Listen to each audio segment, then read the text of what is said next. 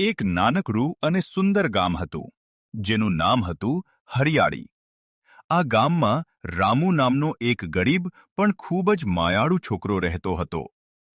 રામુ પાસે સાથીદાર તરીકે એક સફેદ રંગની બકરી હતી, જેનું નામ તેને લાલી પાડ્યું હતું. લાલી માત્ર એક પ્રાણી નહોતી, પણ રામુની સૌથી પાકી મિત્ર હતી. રામુ સવારે વહેલા ઉઠી લાલીને સીમમાં ચરાવવા લઈ જતો.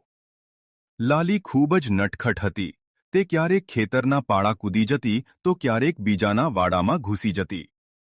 રામુ તેને પ્રેમથી પંપાડીને પાછી લાવતો. રામુ સ્કૂલ જવા નીકળે છે અને ઉટાવળમાં બકરીને ઘસ નખવાનું રહી જાય છે.